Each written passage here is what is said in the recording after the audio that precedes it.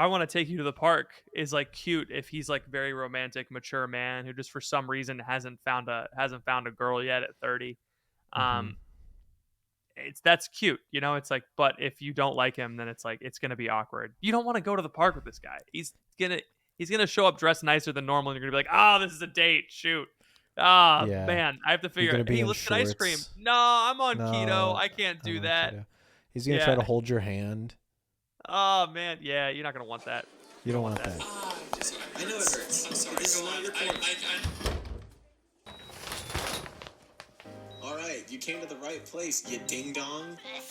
It's called communication, baby.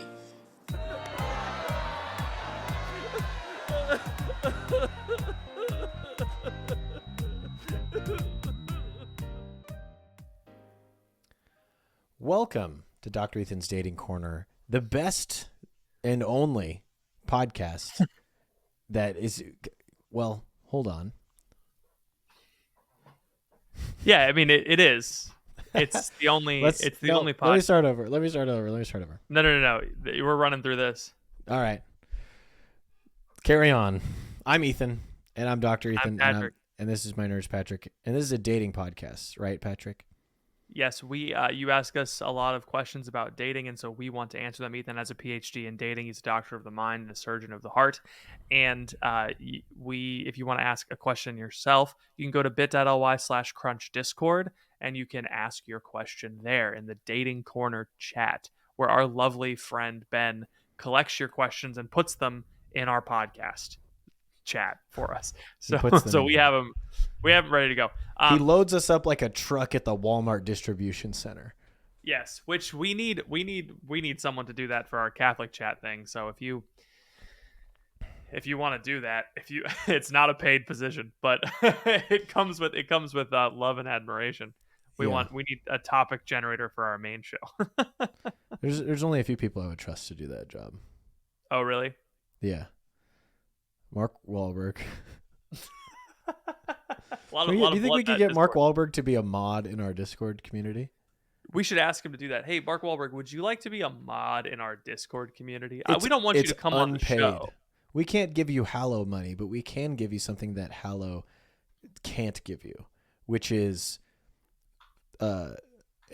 funds that have not been commingled illegally with billionaire tech startup Chinese right-wing dark money.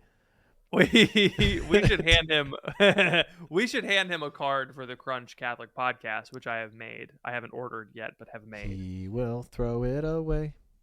Yes. We should staple it to his chest so he can't throw it away. We should hand him a card for it and then immediately. Mark, nice to meet you. Could you? We've made too many jokes at Mark Wahlberg's expense on this podcast for him. Oh, to poor enjoy it. Mark. Oh, how will he ever recover? He's fine. He's like, I'm wiping away my tears with $1 million bills that they don't tell poor people about. Yeah. It's got Beyonce on the front. They're only valid in New York and California and some counties in Texas. And those are the other places you can spend them. Ibiza. That's it. Ibiza. Okay. Ibiza. Let's use some dating advice, man. I want to get into it. This one comes from Drew Pickles. Hey, y'all, longtime listener, first time asker. What do you think about how long to wait between relationships? I've heard that it's roughly I've been out of a relationship for a month, 7-month relationship. I've heard wait for half the length of the relationship, but I haven't followed that rule in the past. I'm not trying to rush into anything right now. What do I do? I would tell the person who told you to wait half the length of the relationship. Who asked? Yeah, really. Because that's it's so arbitrary. It's like you really can, if you break up with someone and you feel ready to move on to the next person, there's no, I don't know. I think it's like it's a weird thing where people are like, "Are you okay? Do you need some time?" Like sometimes you're happy to be out of a relationship. Mm-hmm. Sometimes you're like, "This was not good for me and I'm ready to do something else." And it's like, "Oh, but you don't want to have a rebound." Are you sure? Rebounds are fun. How else are you going to get the ball back? I know. You need to be like Dennis Rodman. Yeah. click, boom, ball going there, click, boom. You know what I mean? That needs to be you on the rebound. I don't think you need to wait. I think it's an arbitrary thing that was made up by people because there are some people that have really traumatic breakups and they hold the rest of the breakup industry hostage. You need to not. Yeah. You need to not let your situation be monopolized by sad women who have had a really hard time. It is true that people will judge you if you bounce out of a relationship really quickly. Like, let's say hypothetically you get out of a 2-year relationship and then you immediately ask someone out a week later. People will judge you, but you have to not care about that. Right. You just have to start a podcast and eventually people will forget about it. Eventually people will forget about it. And then you're hypothetically you'll get married anyway. Yeah, you just gotta not care because like what rules are you breaking? You know, it's like you're not in a relationship anymore. Yeah. And a lot of times with relationships they taper off at the end anyway. It's not like you're super committed right up until the end. Unless it's a bad breakup. And one person is fully believing that everything's going well, and the other person is secretly harboring feelings of resentment. Mm-hmm. Is this hypothetical now? Or is this real? Let me think. Have I ever been broken up with dramatically? Yes, it's real. Oh, you have? Yeah, I've been broken up with, man. I've had a lot of heartbreak in my life. I think unjustly. Mm-hmm. I think if anyone deserves to be happy in this world, it's me. One of the best memes ever created is I'm mad that a good thing happened to you. It should have happened to me instead. That's realest funny. Post. That's true. The realest post. That's the most human. That's like the fundamental. That's original sin.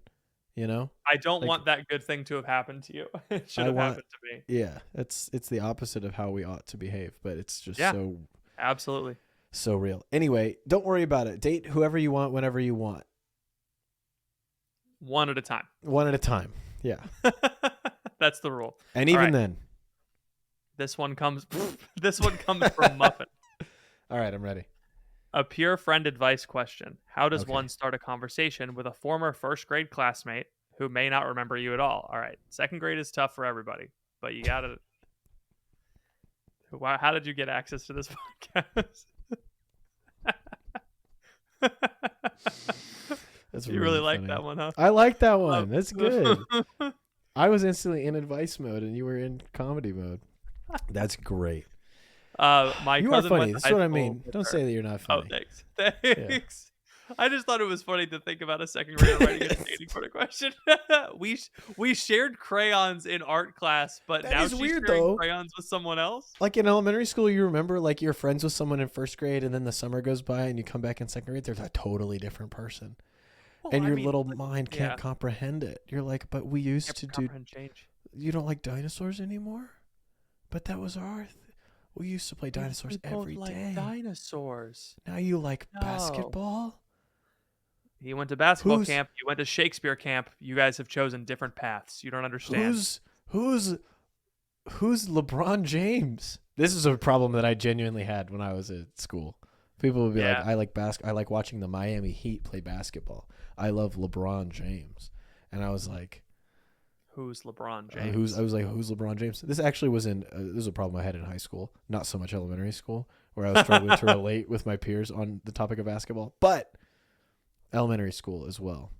Here's a problem that I had in elementary school. This is a crazy thing that happened. So I won a reading contest in my elementary school. I read the most books. Mm-hmm. And I remember it was at church, like in the church of the school, and they gave me the first prize for winning the reading the most. The first prize was a Peyton Manning poster about this big. That's so funny. And I was like, you went to school in Florida? Yeah, in Florida. So there's like no relationship to Peyton Manning. Yeah, he went to Tennessee and then was drafted by the Colts. It was a reading contest. How does that? So and the poster was this big. It was like, it wasn't even a very big poster. And I was like, Mom, who is this? And my mom was like, that's a very famous football player, honey. Go read some more Magic Treehouse. It's crazy. Incredibly funny. That's like lettering as like a varsity athlete, and they give you like a beaker to do experiments with. They're like, this is your prize. Is you get to mix chemicals at home. I also won a pie eating contest. Again, not a surprise. And the first prize was 3 months of a gym membership. Oh, that's just mean. But I couldn't win it because I was 13. Also, I won the pie eating contest and I was 13. Anyway, you were going up against men. You're right about side quests. Actually, you're right about side quests. Yeah, I went up against men. The trick was I just didn't like lift my. People were lifting their face all the way up to breathe, and I was just like slowly but steadily eating the pie. You did the Will Smith in Pursuit of Happiness thing. I figured out that if I didn't pick up the phone, I saved 13 seconds per call. Yes. You know what I'm talking about? You've seen The Pursuit of Happiness? No. You've not seen The Pursuit of Happiness? Mm-mm. You should watch it. It's a good movie. Okay. He gets a job at a high stockbroker Wall Street job. He gets an internship, but he's poor, and he's trying to hide the fact that he's poor. But he's very hardworking, and he works harder than everybody else. And he realizes that if he doesn't pick up the phone and he has a little headset, then it saves him time for every call. And but you did that with pies. I did that with pie. You ever seen Will Smith laugh? Yes. Yeah. You know how he laughs? He goes, it's really funny. I love it. I like Will Smith. Oh man. Even after the incident. So how do you even after the incident? How do you start a conversation with a former classmate who does not remember you? My cousin went to high school with her and gave me her Instagram. I don't think this is a purely friend question. I think you want to. I think you want to slide in this girl's DMs. Yeah, that's fine, man. I think you want to date this first grader. Former first grader. Hi, Patrick Nevy, former first grader. Retired. Top of my class, Miss McElwee's first grade. Dishonorably discharged first grader. I brought a gun to school.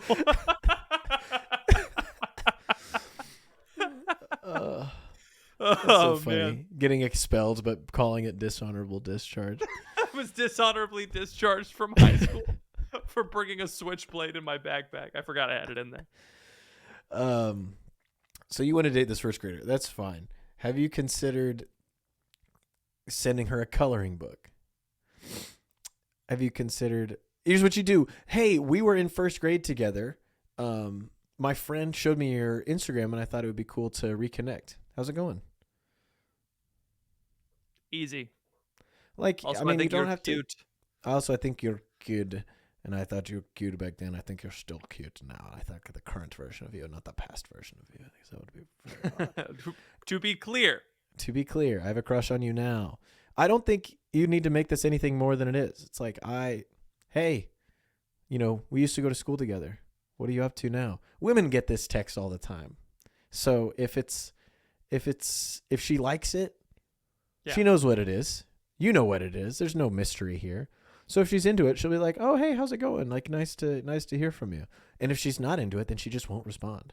And so, and you're back to where you are now, which is not talking to this girl. So I think you just message her and just say like, "Hey, going out on a limb here. I've noticed we're in the same city. Can I get you a coffee? Do you want to go do a spin class together?" Something like that. You want to do one of those bungee rope workout courses where you fly around the room with a bunch of middle-aged women. Oh my gosh. That's funny. Man, all right. I'm missing a call from an important client, but I'm podcasting right now. No. Do you we don't have take time the for me call? to take this call. We don't have time for me to take this call, do we? No. Yeah, Can you call them in 15 minutes? Probably. All right. Okay. This one is from Sarah Joy. So you guys are so important to me. I would give up money to answer your dating question. I just got out of a cold shower and boy are my arms tired. I just got out of prison. And I need something to get my spiritual life back on track. Speaking of prison, thank you to Exodus 90 for sponsoring this episode of our podcast. If you've done Exodus 90, you might have felt like you were in a prison of not being able to watch television. But Exodus 90 is more than sacrifices and cold showers and asceticism. Yes. Exodus 90 has an app of reflection and prayer for you to use throughout the year. Yes. That you might not be aware of. It's at exodus90.com/thecrunch. say that first, but then you can talk. No, exodus90.com/thecrunch is the place to go. Instead of being, in jail, not having snacks because I didn't have enough money in my commissary, I am now not eating snacks because of Exodus 90. Exodus90.com/crunch is the place to be. And this month, they're doing a special course in anticipation of the National Eucharistic Congress, special course on the Eucharist that you can get. If you go to exodus90.com/crunch, you get 14-day free trial, and you can go deeper as we as a nation prepare for the National Eucharistic Congress. It's a big ticket item, but Exodus 90's got some really, really great stuff on there about the Eucharist that you're going to want to see. Exodus90.com/thecrunch for the 14-day trial. Patrick, you've been liking what they've been doing. I've been liking what they put out. I knew about this app a while ago before they sponsored the podcast. I used it when I did Exodus 90, and I can highly recommend it. So exodus90.com/thecrunch, 14-day free trial. Thank you, Exodus 90, for sponsoring this episode of The Crunch. Do it now, or else my prison sentence was in vain. Patrick, you're always talking about how you're reading books. I'm protesting. I'm not reading books anymore. You're not reading books anymore? No, you need to convince me to read a book. I don't want to read books anymore. I need to convince my friends to read a book. I want to. Yeah, I don't want to read books anymore. I want to watch television and sit on the couch. I'm going to use pathos here and appeal to your emotions because you're my friend. Yes. Today, I started reading Alec Mauly's Out of Suns, a wonderful fictional tale about two brothers that go on a journey to rekindle some love, maybe have an adventure, maybe find out what brotherhood is actually about. I was reading it, first of all, because the author's a friend of mine. He sponsors the show. But then as I got about 20 pages into it, I was like, hold on a minute. My guy, who's a friend of mine from college, actually wrote a pretty compelling book. Dang. I know. I was like, shoot, this is good. He gets a lot of stuff right about what it's like to be a guy, about what it's like to be growing up in a world where a desk job feels like the only choice, or if you're not doing that, then you're basically working as a lawn care person for the rest of your life.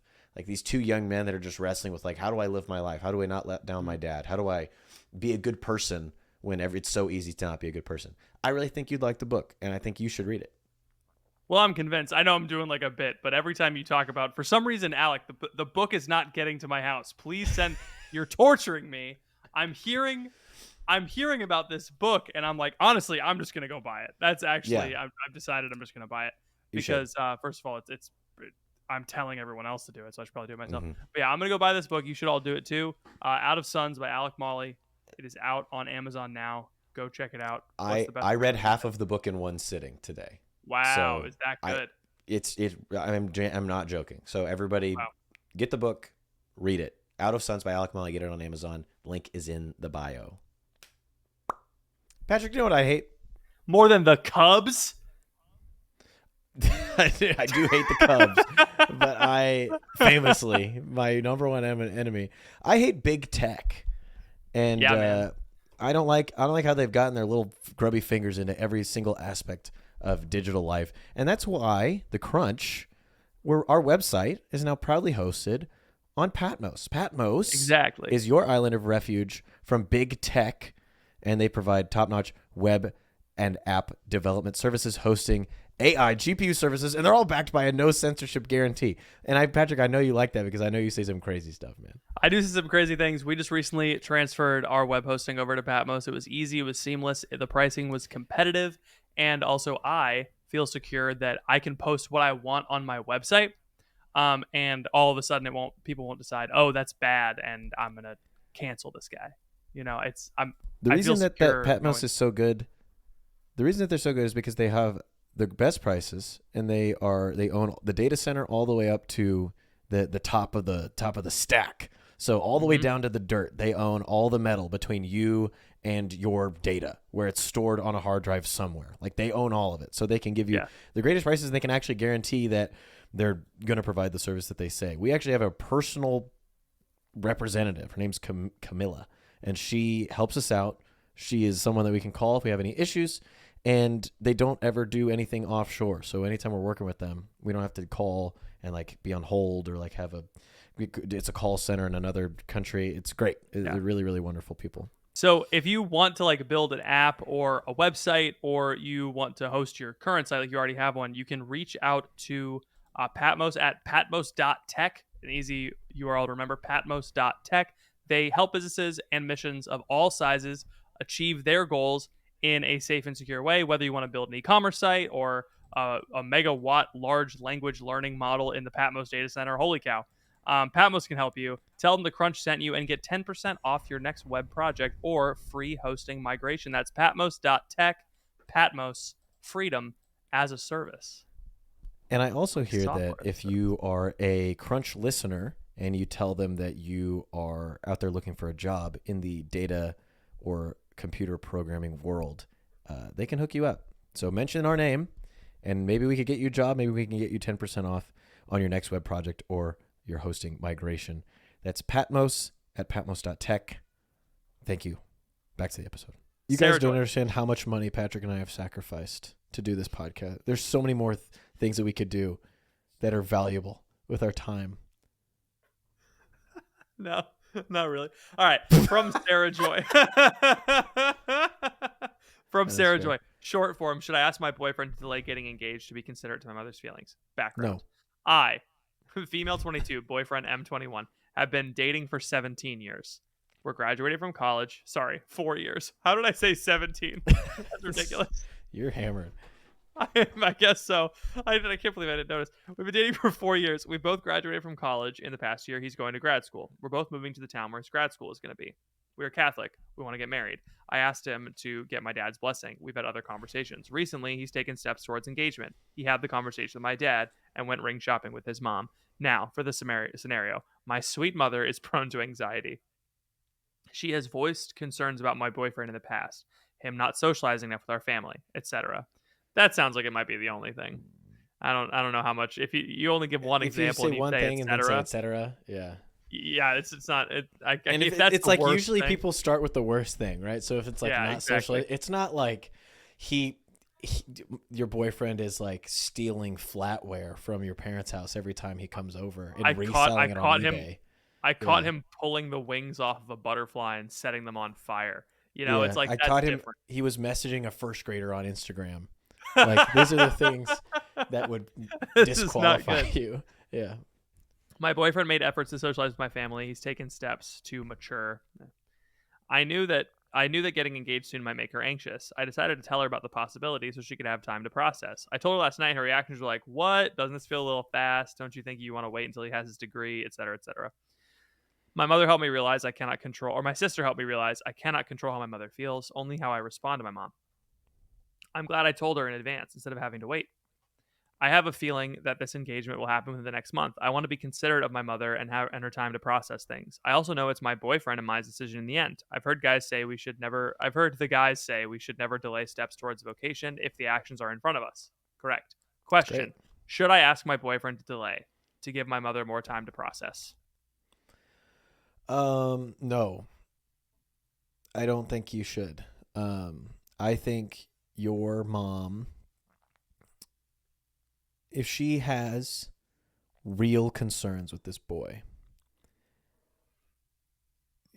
I mean, it's one thing to think like, oh, it's going a little fast, don't you want more time, the degree, all that stuff. Like those are kind of like practical, logistical concerns, but they don't really matter. 'Cause like you can get married without having a degree, it can go a little fast and it'll still be fine. I think that's more just about her expectations of what your life was supposed to look like and less about like an actual problem. But if you said that, like, oh, I'm going to get engaged, and she didn't bring up like, well, actually, I think he's not the right person for you to marry because he pulls the wings off of butterflies, like these things. Like she didn't bring up those things. She just brought up like logistical concerns, it sounds like. And then maybe the social anxiety. They're like not socially interacting much, which I don't know. Like it gets easier to interact with your in-laws when they become your in-laws because you feel comfortable calling them by their first names and like you're not the boyfriend. You have a child. Yeah. So you have their grandkids, so they have to be nice to you. I'm just kidding. You can use your children as leverage, which is cool. It's cool to negotiate with your kids. Everything is a sale. Anyway. Yes. I totally agree. I think that your mother hasn't brought up enough concerns that I'm like, oh, yeah, it's probably not a good idea to get married soon. But I hesitate to be like, who cares what your mom thinks? It's nice that you want to be considerate of her feelings. That is very nice. But also, her concerns are ridiculous. Oh, don't you want to wait until he gets his master's degree? People that are married get master's degrees all the time, and I feel like they usually do better. I don't know. I was in a graduate program with like, I was the only married guy in the classroom, and I was the only one who had the reading done. And I'm like, well, how are you guys not? I'm the only one with a job here. Like, what do you? It's because you take your time more seriously when you don't have enough of it. Mm-hmm. And you just have like the grace of your vocation, so it's easier to be virtuous, you know? Ah, true.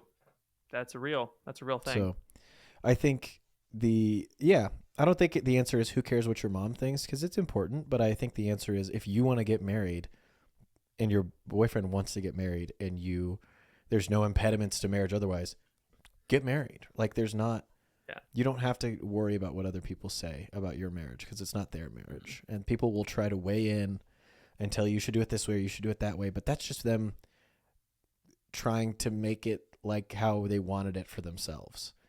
Because there might have been some situation in your mom's life where back in the day it was like, oh, it would have been so much easier for us if Daryl had gotten his degree before we'd gotten married or whatever. Yeah. Or, I wish we wouldn't have gone as quickly as we did because we ran into a lot of issues, right? Like these things probably happened to her, people that she knows. And so she's like, I don't want this to happen to you.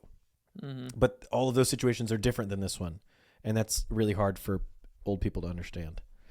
We ran into this problem with a priest around our university who would like give really bad advice to engaged couples, and it was because he had been engaged before, and like it was just operating out of his wounds. You should be allowed to do that. If you're a priest and you've been engaged, I don't think you should be allowed to give advice. Very clearly, it didn't work out. In a box. Yeah. Oh yeah.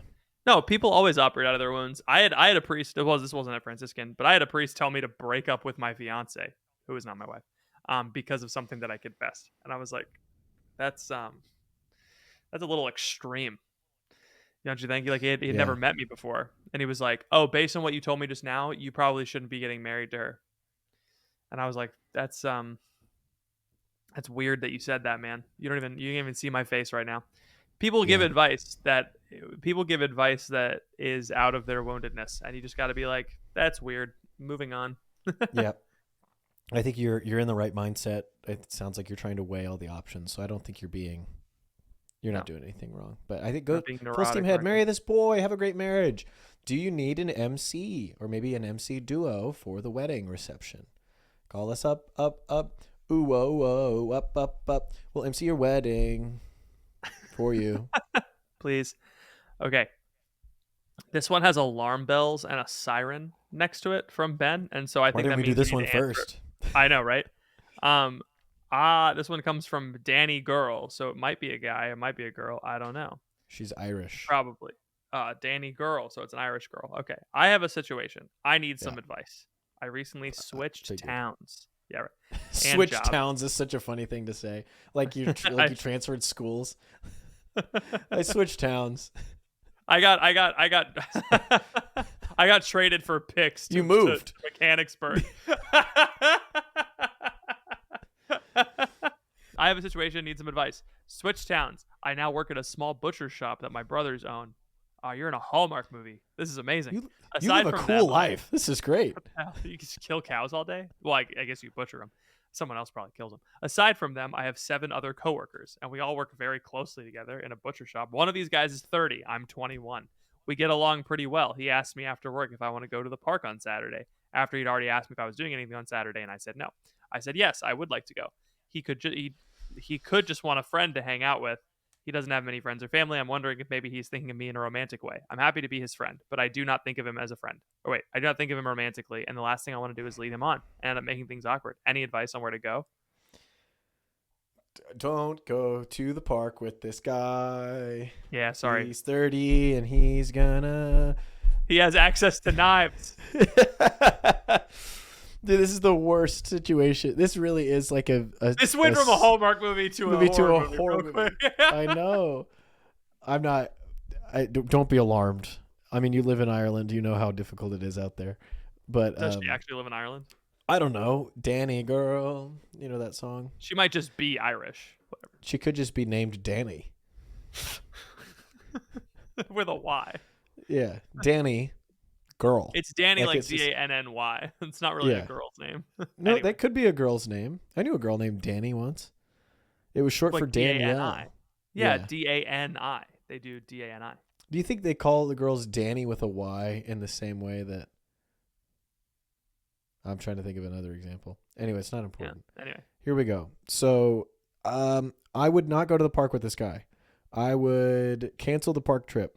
I would say, you're sick. You've got diarrhea. You don't feel well. It's fine to say, I don't feel well is great because it's not an acute lie because it's true generally. Like, you don't feel well about going to the park with this guy, so you can just, I wouldn't go because I wouldn't want him to think that you are interested in him. You didn't think it at the time, but the 30-year-old man wants to have sex with the 21-year-old woman, I think. Brother. Is what's that? What? Am I wrong? You're very blunt, but that, yes. I am, yeah. Like, Danny girl needs to know what's going on here.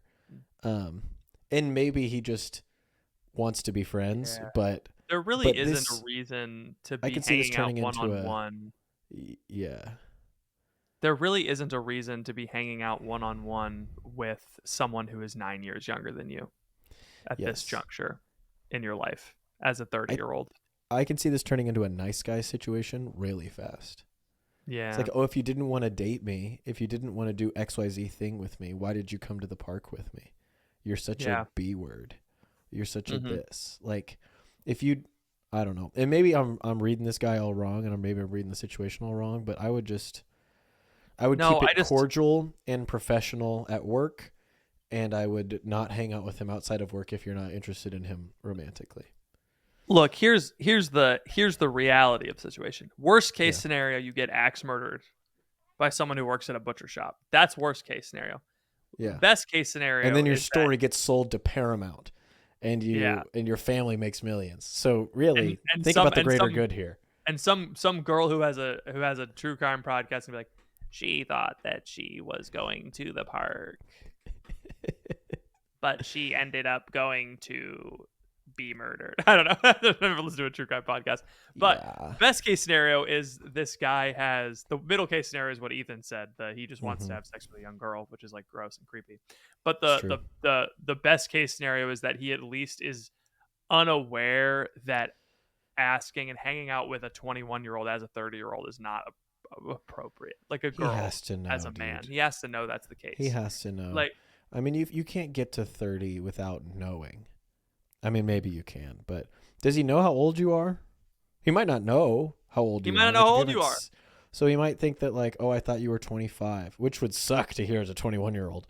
But sorry, sorry, I thought you were 5 years older. Sorry, I thought you were 9 years older than you are. Which is why it's like there's so many things that this guy would have to be unaware of or ignorant of for that option. That just makes me assume it's the middle option. Yeah. I don't know. I feel bad. Sorry to be so blunt. I mean, I guess it's not like the worst. It's just my Irish heritage coming out, It's not the worst thing in the world to date someone who's in their early 20s as a 30-year-old. It's not like the end of the world. No, as long as they're both interested. That's the thing, though, is like there's no reason for you guys to be friends. You have absolutely zero things in common.